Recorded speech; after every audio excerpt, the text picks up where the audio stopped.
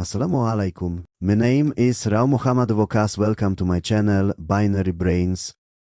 Dear students, आज हम 9th class के प्रैक्टिकल्स डिस्कस करेंगे। तो चलिए पहला प्रैक्टिकल देखते हैं। आपने करना यह है कि आपने एक अदर डॉक्यूमेंट बनाना है, उसमें चंद पैराग्राफ्स लिखने हैं। पैराग्राफ लिखने के बाद आपने क्या करना है, आपने 4 चीजें करनी है। पहले नंबर पे आपने बताना है कि आप टेक्स्ट को कैसे अलाइन कर सकते हैं।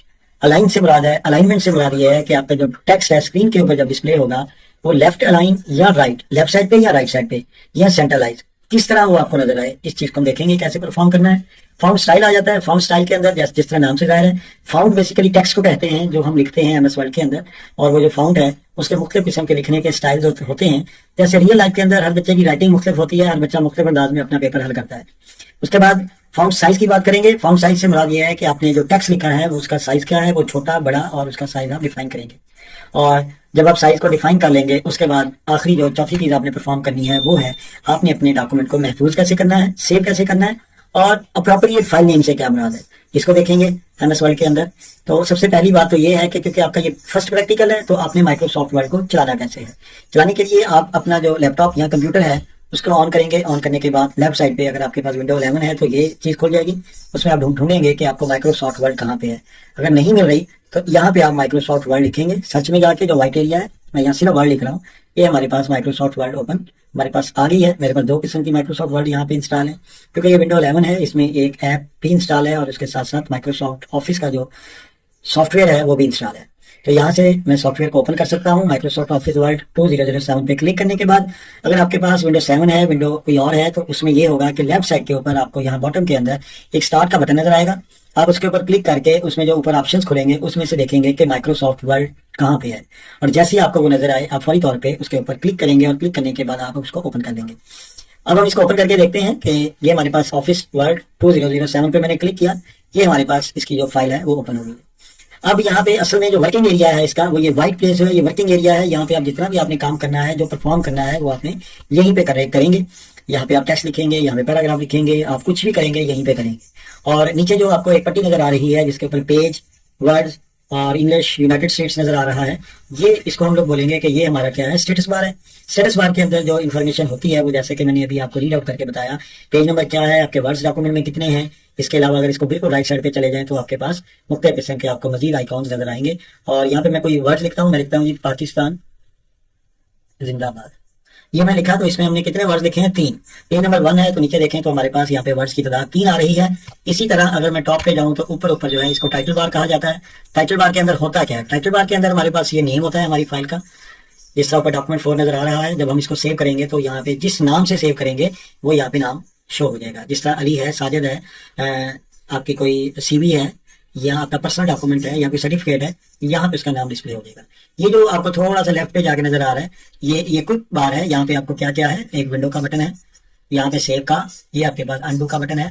ये मुख्तलिफ किस्म के आपको जो बटन है, ये देखिए अंडू लिखा आ गया, ये आपको नजर आएंगे। और ये जो बटन है आपको अपने डॉक्यूमेंट को आखिर में सेव करने के लिए इस्तेमाल करना पड़ेगा। अब दोबारा हम अपने क्वेश्चन की तरफ चलते हैं। नीचे मैं आपको बताता चलूँ, फर्स्ट लेक्चर है, यहाँ पे थोड़ा लेक्चर हमारा लंबा हो सकता है। ये आपको मुख्तलिफ टैब्स नजर आ रहे हैं जिसमें होम, WP ऑफिस, PDF और इंसर्ट, पेज लेआउट, रेफरेंस, ये मुख्तलिफ किस्म के टैब्स हैं और हर टैब के अंदर आपको मुख्तलिफ किस्म के फर्दर आइकॉन्स नजर आएंगे। अब नीचे रिबन्स बने हुए, ये आपके पास क्लिपबोर्ड है, फाउंट है, ये मुख्तलिफ रिबन्स हैं और ये सारे के सारे रिलेटेड टू होम बटन है। इसके अंदर आप देख रहे हैं जितने बटन आपको आइकॉन्स नजर आ रहे हैं ये सारे के सारे जो हैं ये फाउंट के ऊपर जो हम लोग मुख्तलिफ ऑपरेशंस परफॉर्म करेंगे और आज हम करके चेक भी करेंगे, ये उसके हवाले से है। अब मैं आपको मजीद आपके टाइम ज़ाया किए बगैर आपके जो एक्चुअल प्रैक्टिकल है हम उसकी तरफ जाना चाहेंगे। मैं इसको यहाँ पे क्लोज कर रहा हूँ, सेव किए बिना, मुझे इसकी ज़रूरत नहीं है, मैं इसको सेव नहीं करूँगा। मैं यहाँ पे आ जाता हूँ एक नई फाइल के अंदर जो मैंने ऑलरेडी बनाई हुई है। यहाँ पे आते हैं, वो कह रहा है एक डॉक्यूमेंट लिखें। डॉक्यूमेंट लिखने के बाद उसके ऊपर 4 ऑपरेशंस परफॉर्म करने हैं। 4 ऑपरेशंस हमने पढ़ लिए, क्वेश्चन को अंडरस्टैंड कर लिया। ये नीचे एक पैराग्राफ है जो मैंने इंटरनेट से उठाया है, ये रिलेटेड टू ईरान इसराइल जंग है और ये लेटेस्ट पैराग्राफ था जो मुझे इंटरनेट से मैंने टाइप करने की बजाय वहां से कॉपी कर लिया है। तो एक और फाइल के अंदर ये पड़ा हुआ है। तो अब हमारा जो क्वेश्चन है उसमें ये था कि सबसे पहले वो कह रहा था कि आप अपने टेक्स्ट को अलाइन करें। अलाइन करने के लिए क्योंकि ये पैराग्राफ को अलाइन किया जाता है तो यहाँ पे आपको पैराग्राफ के अंदर ये 4 ऑप्शन नजर आ रहे हैं अलाइनमेंट के, जो आप अप्लाई करेंगे अलाइनमेंट में वो यहाँ पे आपके टेक्स्ट के ऊपर या पैराग्राफ के ऊपर अप्लाई हो जाएगा। लेकिन आपको बताता चलूं कि बच्चों यहाँ पे अप्लाई करने के लिए जरूरी है कि हम लोग अपने टेक्स्ट को सिलेक्ट करें। जिसके ऊपर भी आप अप्लाई करना चाह रहे हैं उसको पहले आप सेलेक्ट करेंगे। तो सिलेक्शन किस तरह करेंगे, 2 तरीके हैं। एक तो आप माउस के जरिए कर सकते हैं, माउस का लेफ्ट जो बटन है उसको प्रेस करें और प्रेस करके जहां तक आपने लेके जाना है उसको आप ले जाएं। ये देखें मैंने फर्स्ट पैराग्राफ को सिलेक्ट कर लिया, सिलेक्शन के बाद उसका देखें हाईलाइट हो गया सारे का सारा टेक्स्ट। इसके ऊपर हमने ये देखें ये वाला ऑलरेडी इसका कलर चेंज है, हाईलाइटेड है। इसका मतलब ये है कि हमारा पैराग्राफ जो है लेफ्ट अलाइन है। और लेफ्ट अलाइन की आइडेंटिफिकेशन क्या होगी? लेफ्ट अलाइन में आप देखें लेफ्ट साइड पे तमाम जो वर्ड्स हैं वो सेम जगह से शुरू हो रहे हैं, जबकि राइट पे ऐसा नहीं है। अगर मैं यहाँ से इसको प्रेस करूँ आर को, ये कुछ मैं खत्म कर देता हूँ या जस्ट ऑफ लिख देते हैं, आप देखें ऑफ कहाँ खत्म हो रहा है और सुप्रीम का लफ्ज राइट पे कहाँ खत्म हो रहा है। तो इट मीन जब मैंने लेफ्ट अलाइन किया तो क्या हुआ उसके साथ, जो लेफ्ट साइड पे है हमारे तीनों लाइनों के फर्स्ट वर्ड जो है वो अलाइन हो गए, एक ही जगह से स्टार्ट हो रहे हैं। इसके अलावा हमारे पास ऊपर सेंट्रलाइज और राइट अलाइनमेंट भी मौजूद है। ये जो नीचे पैराग्राफ है इसको मैंने आप लोगों के लिए राइट अलाइन किया हुआ है, तो ये मैं आपको दिखा देता हूँ। जैसे मैंने इसके अंदर क्लिक किया तो ये देखें राइट अलाइनमेंट वाली जो ऑप्शन है आइकॉन है वो हाईलाइट हो गया। कंट्रोल आर इसकी शॉर्टकट है, कंट्रोल प्रेस किए रखें और आर को प्रेस कर दें तो तब भी ये अप्लाई हो जाएगा। इस तरह अगर मैं अगली बात करूं तो ये जो पैराग्राफ है इसको मैंने सेंट्रलाइज किया हुआ है। सेंट्रलाइज के दोनों राइट और लेफ्ट पे ये जगह छोड़ देगा और आपका जो लाइन है उसको सेंट्रलाइज दरमियान में आपको शो करेगा। नीचे एक और है, मैंने पैराग्राफ को कॉपी किया था, ये इस पर क्लिक करूंगा तो यहाँ पे आप देखें तो ये जो है हमारा पैराग्राफ ये जस्टिफाई है। जस्टिफाई का बटन ये आपका पहला देखें वो हाईलाइटेड है, बाकी कोई हाईलाइटेड नहीं है। जस्टिफाई का देखें उसका कलर चेंज हुआ है। इट मीन इसके ऊपर जो मैंने ऑपरेशन परफॉर्म किया हुआ है वो जस्टिफाई का है। और इसकी पहचान लेफ्ट साइड से देखें इसके वर्ड्स और फिर राइट साइड से देखें, ये लेफ्ट साइड और इधर आ जाए तो राइट साइड। लेफ्ट साइड देखें तो तमाम लाइनों के जो वर्ड्स हैं वो सेम जगह से स्टार्ट हो रहे हैं और राइट पे देखें तो तमाम के तमाम जो वर्ड्स हैं वो आपके सेम प्लेस के ऊपर जाके खत्म हो रहे हैं। ये तो हमारा था अलाइनमेंट के हवाले से। जबकि क्वेश्चन के अंदर आपको एक चीज और कही गई वो है फाउंड का जो स्टाइल है वो आपने चेंज करना है। क्या करना है आपने? फाउंड का स्टाइल चेंज करना है। स्टाइल चेंज करने के लिए बड़ी आसान सी ऊपर आइकॉन होम में बने हुए आप, लेकिन उससे पहले आप क्या करेंगे अपने पैराग्राफ को या किसी भी वर्ड्स को जिसके ऊपर ऑपरेशन परफॉर्म करना है उसको क्या करेंगे आप लोग सेलेक्ट करेंगे, चाहे वो पैराग्राफ है चाहे वो एक सिंगल वर्ड है। मैं यहाँ पे तेहरान को सिलेक्ट करूंगा, मैंने सेलेक्ट कर लिया। इसके ऊपर मैंने क्या करना है, इसके ऊपर मैंने फाउंड स्टाइल को इंप्लीमेंट करना है। आपको देखेंगे नजर आ रहा होगा तेहरान का लफ्ज चेंज हो रहा है।